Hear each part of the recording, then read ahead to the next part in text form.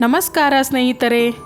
ಇತ್ತೀಚಿನ ದಿನಗಳಲ್ಲಿ ಎಲ್ಲರೂ ಅವರವರ ಅವಸರದ ಕೆಲಸ ಕಾರ್ಯಗಳಲ್ಲಿ ಸರಿಯಾಗಿ ಊಟ ಮಾಡುವ ಕ್ರಮವನ್ನೇ ಮರೆತಿರುತ್ತಾರೆ. ಅದಕ್ಕೆ ಸರಿಯಾಗಿ ಊಟ ಮಾಡುವ ಕ್ರಮದ ಕುರಿತು ಈ ವಿಡಿಯೋದಲ್ಲಿ ತಿಳಿದುಕೊಳ್ಳೋಣ. ಮನೆಗಳಲ್ಲಿ ಇಂದು ಊಟಕ್ಕೆಂದೇ ಹೈಫೈ ಡೈನಿಂಗ್ ಟೇಬಲ್ಗಳು ಬಂದಿವೆ. ಸಾಮಾನ್ಯವಾಗಿ ಇವಾಗ ಎಲ್ಲರೂ ಅದನ್ನೇ ಬಳಸುತ್ತಿದ್ದಾರೆ. ಆದರೆ ಸರಿಯಾದ ಕ್ರಮದಲ್ಲಿ ಊಟ ಮಾಡುವುದು ಒಂದು ಪವಿತ್ರ ಕ್ರಿಯೆ. ಹಾಗಾಗಿ ಊಟವನ್ನು ಟೇಬಲ್ ಮೇಲೆ ಮಾಡಬಾರದು.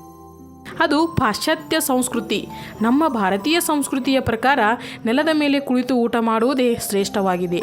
ನಮ್ಮ ಆರೋಗ್ಯಕ್ಕೆ ಪೂರಕವಾದ ವೈಜ್ಞಾನಿಕ ಹಿನ್ನೆಲೆಯನ್ನು ನೋಡುವುದಾದರೆ ಯಾವಾಗಲೂ ಊಟ ಸಂಪೂರ್ಣವಾಗುವಂತೆ ಊಟ ಮಾಡಬಾರದು. ಈಗೆಲ್ಲ ನಾನಾ ಥರ ತಿಂಡಿ ತಿನಿಸುಗಳು ಬಂದಿವೆ. ಅದರಲ್ಲಿ ವಿವಿಧ ರುಚಿಕರವುಳ್ಳ ಊಟ ಅಂತೂ ಹೇಳಬೇಕಾ? ಊಟ ಚೆನ್ನಾಗಿದೆ ಅಂತ ಕಂಠಪೂರ್ತಿ ಆಗೋವರೆಗೆ ತಿಂದರೆ ನಮ್ಮ ಆರೋಗ್ಯ ಏನಾಗಬಾರ್ದು?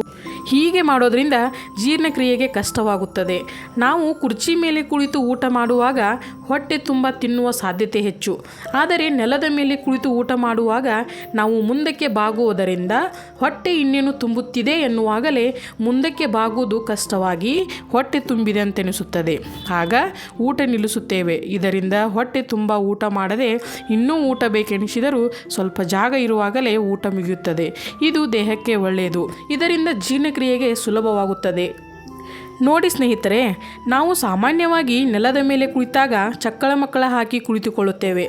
ಇದಕ್ಕೆ ಯೋಗದಲ್ಲಿ ಒಂದು ಹೆಸರಿದೆ, ಸುಖಾಸನ ಎಂದು. ಇದೊಂದು ಆರೋಗ್ಯಕರ ಭಂಗಿ.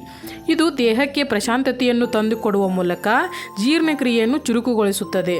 ಹೀಗೆ ಕುಳಿತಾಗ ನಮ್ಮ ಮೆದುಳಿಗೆ ತನ್ನಿಂತಾನೇ ಸಂದೇಶ ರವಾನೆಯಾಗಿ ಅದು ಹೊಟ್ಟೆಯನ್ನು ಜೀರ್ಣಕ್ರಿಯೆಗೆ ಸಿದ್ಧಪಡಿಸುತ್ತದೆ. ಸಾಮಾನ್ಯವಾಗಿ ನೆಲದ ಮೇಲೆ ಕುಳಿತು ಊಟ ಮಾಡುವವರು ಸ್ಲಿಮ್ ಆಗಿರುವುದನ್ನು ಗಮನಿಸಬಹುದು. ಅದಕ್ಕೆ ಸ್ನೇಹಿತರೆ, ನೆಲದ ಮೇಲೆ ಕುಳಿತು ಊಟ ಮಾಡುವ ಅಭ್ಯಾಸವನ್ನು ಇಟ್ಟುಕೊಂಡು ಉತ್ತಮ ಆರೋಗ್ಯ ನಮ್ಮದಾಗಿಸಿಕೊಳ್ಳೋಣ. ಮತ್ತೊಂದು ವಿಡಿಯೋದೊಂದಿಗೆ ಸಿಗೋಣ. ನಮಸ್ಕಾರ.